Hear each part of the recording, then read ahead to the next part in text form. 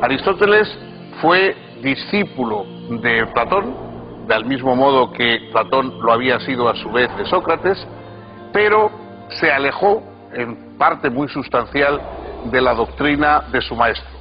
En una ocasión cuentan que dijo: soy amigo de Platón, pero más amigo de la verdad, y por eso tenía que romper, que separarse de la obra de su maestro. Alguien ha comentado que todos los hombres somos o platónicos o aristotélicos. Platón es la doctrina de las ideas, es la búsqueda de un mundo en el que los universales eternos, inmortales, etcétera, se conservan y proyectan su influjo, digamos, conceptual sobre el mundo de la materia. En cambio, Aristóteles es un realista. Aristóteles no cree en otro mundo ideal, sino que cree que los conceptos, que las llamadas ideas, están realmente en nuestro mundo. Es decir, lo que existen son individuos, cosas, objetos, y a partir de esos individuos y objetos, buscando sus semejanzas, nuestra cabeza, nuestra mente es la que busca el concepto y la que crea el concepto. El concepto no está en otro lugar ideal, sino que está en nuestra capacidad de pensar sobre la diversidad del mundo.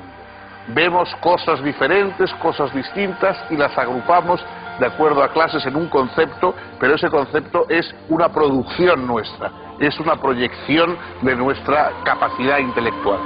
Nos distinguimos por la razón, porque somos capaces de pensar y de reflexionar sobre lo que hacemos, y sobre todo de asombrarnos, que es el comienzo de la filosofía. El principio de la filosofía es el asombro ante el mundo, el preguntarnos por qué. ¿Qué es lo que podemos aspirar a encontrar? Aristóteles dice la felicidad. La felicidad es lo que los seres humanos buscamos.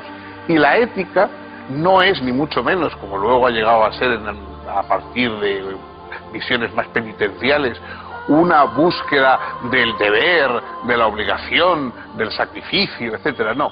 Para Aristóteles la ética es una reflexión sobre la acción humana en busca de la libertad. Y para ello, lo que dice Aristóteles es que tenemos que intentar desarrollar las virtudes, es decir, los hábitos que nos dan fuerza, que nos ayudan a vivir mejor, porque no olvidemos que la palabra virtud, la palabra latina, naturalmente, virtud, viene de vir, de la fuerza viril, la fuerza, la excelencia, incluso la fuerza del guerrero, de modo que la virtud es lo que nos da fuerza frente a la debilidad, que es el vicio. La virtud es lo que aumenta nuestra fuerza y, por lo tanto, nuestra capacidad de alcanzarnos a la felicidad. Literalmente podemos decir que intelectualmente vivimos de él, porque además aportó una serie de instrumentos mentales que seguimos utilizando. Cuando hablamos de sustancia, cuando hablamos de accidente, de potencia, de acto, cuando hablamos del mecanismo lógico, que repasamos los silogismos, las conclusiones que se sacan de unas premisas, etcétera, todo eso nos lo ha brindado Aristóteles.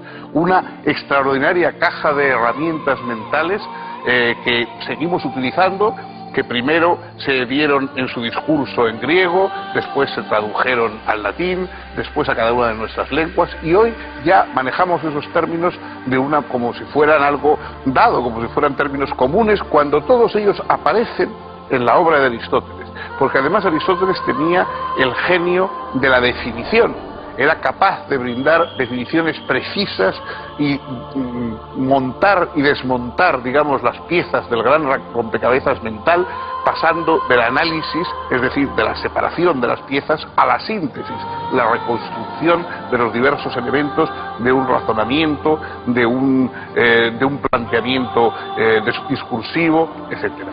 Por supuesto, todavía todo eso sigue vigente. Inevitablemente han cambiado muchas cosas.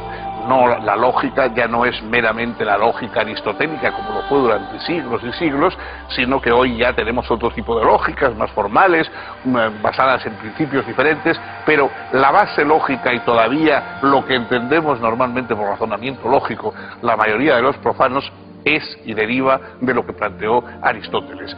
la ciencia ha avanzado enormemente y ya no responde ni la astronomía ni la física a lo que planteó Aristóteles, pero el vocabulario, los temas, las intuiciones aristotélicas, yo creo que todavía siguen vigentes. Hay una prueba de hasta qué punto él podía ser un científico minucioso y exacto. En uno de sus muchos libros, evidentemente hay errores en la obra de Aristóteles como en la de cualquiera, pero en uno de sus libros él dice que existen unos peces que hacen nidos, ¿no? Bueno, durante mucho tiempo eso se consideró que era pues uno de los errores que incluso un genio como Aristóteles podía cometer. Y recientemente, a comienzos del siglo XX, en unas pequeñas islas jonias, allí en el mar de la Jonia, se encontró un tipo de pez que hasta entonces era desconocido y que efectivamente hacía en las rocas unos nidos semejantes a los que describía Aristóteles. De modo que hasta ese punto todavía a lo largo del tiempo Aristóteles puede dar una sorpresa. En el campo conceptual ese magisterio continúa hasta hoy intacto.